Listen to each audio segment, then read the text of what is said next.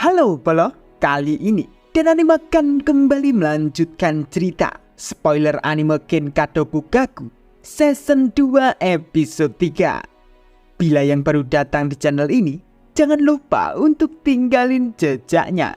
Oke? Nggak usah banyak ini itu, langsung saja mulai ceritanya.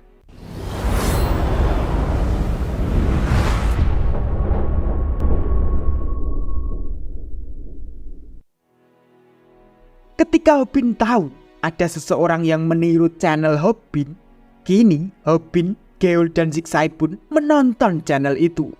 Dan kontennya pun sama persis seperti dengan konten Hobin. Geol pun sampai kesal dong dan mengatakan, "Ini kan plagiat, subscriber kita gimana? Mereka tidak membantu kita." Zigzai pun menjawab, "Betul, ini plagiat, tapi ini nggak bisa dituntut. Memang sangat heboh sih. Ada yang bilang, jangan meniru Hobin. Tapi tahu tidak, di dunia YouTube itu, tidak ada yang namanya loyalitas. Ada juga yang bilang, tonton keduanya saja kan, karena seru."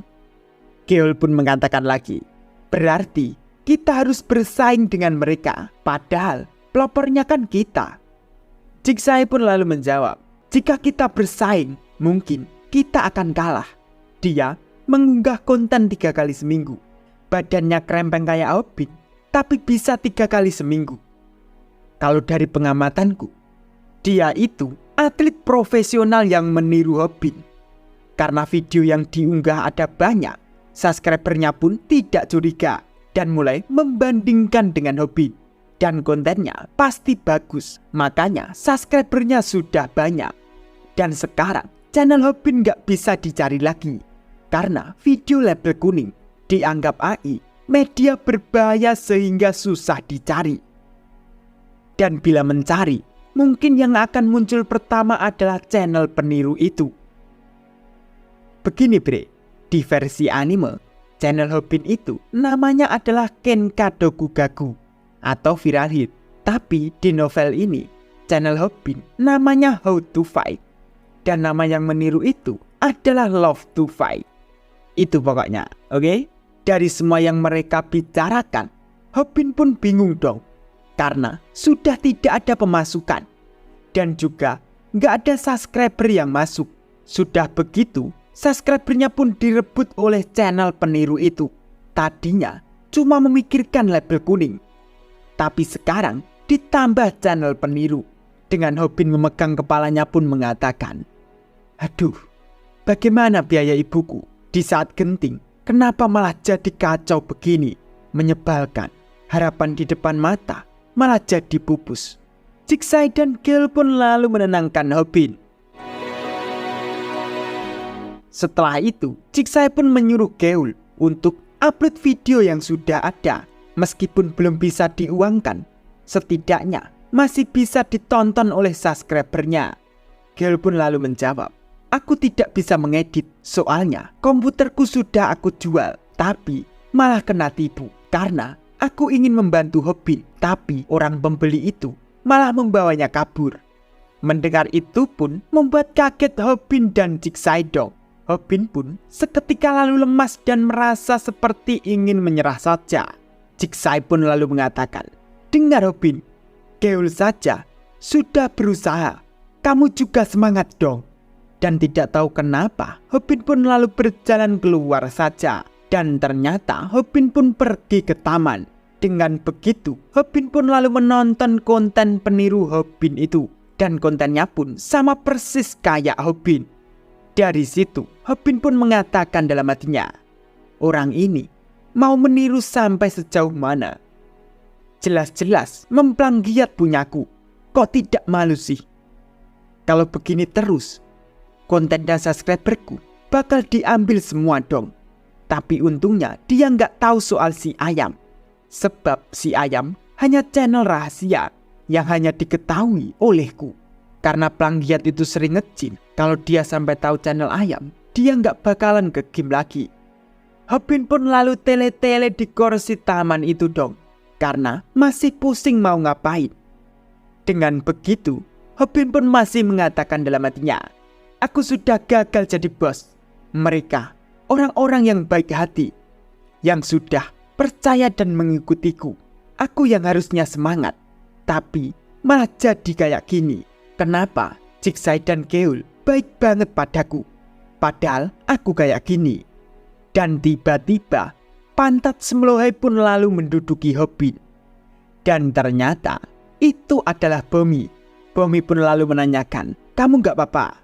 Aku sudah dengar soal biaya operasi dan channelmu itu." Hobin pun hanya terdiam. Setelah Hobin duduk pun mengatakan dalam hatinya, "Aku senang sih ketemu dengan Bomi, tapi hari ini aku ingin menghindari Bomi. Soalnya aku lagi sensitif banget." Bomi pun lalu mengatakan lagi, "Kamu kayak tanaman layu deh." Dengan lirih, Hobin pun menjawab, "Soalnya ada saja masalah." Bomi pun mengatakan lagi, "Jangan khawatir, aku bakal pinjamkan uangku untuk biaya operasi. Kebetulan aku dapat uang pesangon." Mendengar itu, Hobin pun mengatakan dalam hatinya, "Bahkan Bomi pun memikirkan aku. Tapi kenapa Bomi peduli padaku? Padahal kami cuma kenal waktu kerja di McD itu." Ciksai, Keul, Bomi, rasanya aku hanya menerima kebaikan mereka. Padahal aku nggak mampu membalas semua itu. Dan tiba-tiba Hobin pun lalu berdiri dan berjalan pergi dengan mengatakan, "Bomi, kamu kan kerja belum setahun, jadi nggak mungkin dapat pesangon. Aku yang nggak punya apa-apa ini, masa begitu aja nggak tahu?" Dengan Hobin seperti itu pun membuat Bomi sedih dong. Kenapa Hobin bersikap seperti itu? Oh iya, uang pesangon. Aduh, malu banget. Ternyata harus setahun ya. Dengan Hobin berjalan pun masih memikirkan kebaikan mereka itu. Dan tiba-tiba handphone Hobin pun berbunyi. Namun Hobin pun tidak mau mengangkat telepon itu. Dan ternyata itu adalah Rumi, mengajak Hobin untuk membuat konten lagi. Karena Rumi sudah sadar akan membantu orang yang kesusahan. Walaupun Rumi mengechat Hobin, Hobin pun tidak membalasnya dan membiarkan saja. Dan tiba-tiba Hobin pun lalu bertemu dengan seseorang yang meniru channelnya itu. Tapi sebelum itu, di sisi lain, Ciksai pun sedang menemui seseorang mantan YouTuber yang mengalami masalah yang sama, yaitu mantan YouTuber beauty Ratu Dandan dengan subscriber 1 juta. Lalu Ciksai pun menanyakan semua masalahnya padanya. Dan itu pun hampir sama dengan channel Hobin. Namun terakhir Ciksai pun dibuat terkejut dengan mantan YouTuber beauty itu. Kira-kira apa ya? Beralih ke Hobin lagi. Dengan Hobin berhadapan dengan orang peniru channelnya itu, Hobin pun mengatakan dalam hatinya, "Jiwaku terguncang hebat, sehingga aku tanpa sadar melukai hati orang-orang di sekitarku. Bahkan aku juga tidak mau dihubungi siapapun. Saat aku menyerah, seseorang pelagiat menemuiku. Dan dari situ, orang pelagiat itu pun lalu mengatakan, 'Akan aku beri 30 juta won. Jual saja channelmu padaku.' Hobin pun menjawab, 'Rupanya kau yang mengganggu YouTubeku.' Hobin pun lalu dengan kemarahannya berteriak ke orang itu, 'Apa kau punya 500 juta won gak, cowok?'